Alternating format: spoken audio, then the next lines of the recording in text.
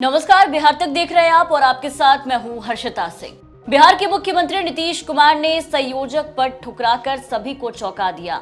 बिहार के मुखिया नीतीश कुमार अक्सर चौंकाने वाले फैसले लेते हैं जो किसी के समझ से परे होते हैं। फैसला इस तरीके का हमेशा देखने को मिलते रहता है। उनमें से एक फैसला ये था कि जैसे ही नीतीश कुमार को संयोजक बनने के लिए जब प्रस्ताव दिया गया तो उन्होंने संयोजक पद, जिसकी चर्चा इंडिया अलायंस बनने के बाद से लगातार हो रही थी कि नीतीश गठबंधन के संयोजक हो सकते हैं। देखिए कि जब नीतीश के सामने संयोजक पद का प्रस्ताव आया तो किस तरीके से नीतीश कुमार ने एकदम से इनकार कर दिया और सबको चौंका दिया और अपनी जगह लालू यादव का नाम आगे कर दिया। अब नीतीश के इनकार से तरह तरह की चर्चाएं शुरू हो गई है कि आखिर नीतीश ने ऐसा क्यों किया, नीतीश के मन में क्या है। लेकिन नीतीश के इनकार के पीछे बस यही वजह बताई गई फिलहाल कि नीतीश कुमार ने मीटिंग में ये कहा कि मेरी किसी पद में कोई भी दिलचस्पी नहीं है, जमीन पर गठबंधन आगे बढ़े ये जरूरी है, एकजुटता बनी रहे। लेकिन सब जानते हैं कि नीतीश कोई भी फैसला यूं ही नहीं लेते। यही वजह है कि इंडिया अलायंस के पार्टनर्स के साथ साथ तमाम लोग आश्चर्य में हैं कि नीतीश ने ऐसा क्यों किया।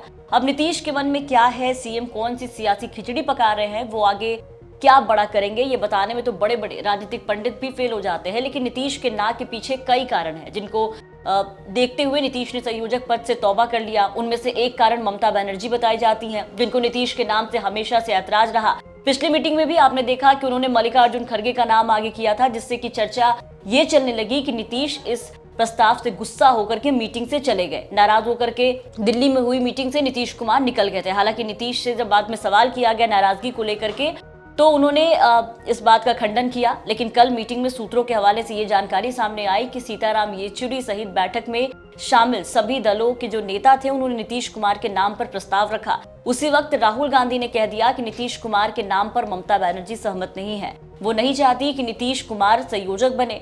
इसके बाद नीतीश कुमार ने संयोजक बनने से इनकार कर दिया। वहीं दूसरा कारण जो है वो सीट शेयरिंग बताया जा रहा है। सीट शेयरिंग को लेकर के फंसा पेच बताया जा रहा है, जिससे नीतीश ने किनारा करने के लिए संयोजक पद जो है वो त्याग दिया है। माना जा रहा है कि अगर नीतीश कुमार संयोजक बन जाते तो फिर सीट शेयरिंग को लेकर के उन्हें परेशानी झेलनी पड़ सकती थी, क्योंकि संयोजक का काम है सभी दलों को सहमति के साथ मिलाकर के चलना। और जबकि बिहार में लोकसभा सीटों को लेकर के जेडीयू अलग राह पर है। नीतीश कुमार की पार्टी बिहार में 17 सीटों पर दावा कर रही है, जबकि भाकपा माले की ओर से 5 सीटों की डिमांड की गई है।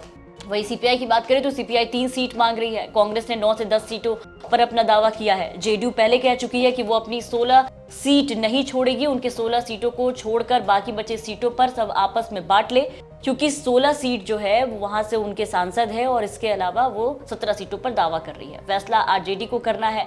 नीतीश कुमार ने साफ साफ कह दिया है जेडीयू इस पर कुछ नहीं बोलेगी। अब अगर नीतीश कुमार संयोजक बनते हैं तो इन्हें अपनी सिटिंग 16 सीटों पर भी समझौता करना पड़ता और कांग्रेस के साथ वाम दलों को अपनी सिटिंग सीटें जो है वो छोड़कर देना पड़ता। ऐसे में जेडीयू को काफी नुकसान उठाना पड़ता। तो इस नुकसान से बचने के लिए नीतीश ने सेफ साइड चुन लिया। नीतीश कुमार ये जानते हैं कि इंडिया गठबंधन में प्रधानमंत्री की दावेदारी रिजल्ट के बाद ही तय होगा। ऐसे में ज्यादा से ज्यादा सीट जीतकर जाना ही महत्वपूर्ण है। ऐसे में संयोजक का पद लेकर के वो सीटों का गंवाना नहीं चाहते। हालांकि इन सब के बीच बिहार के खरमास के बाद होने की बात बार बार कही जा रही है।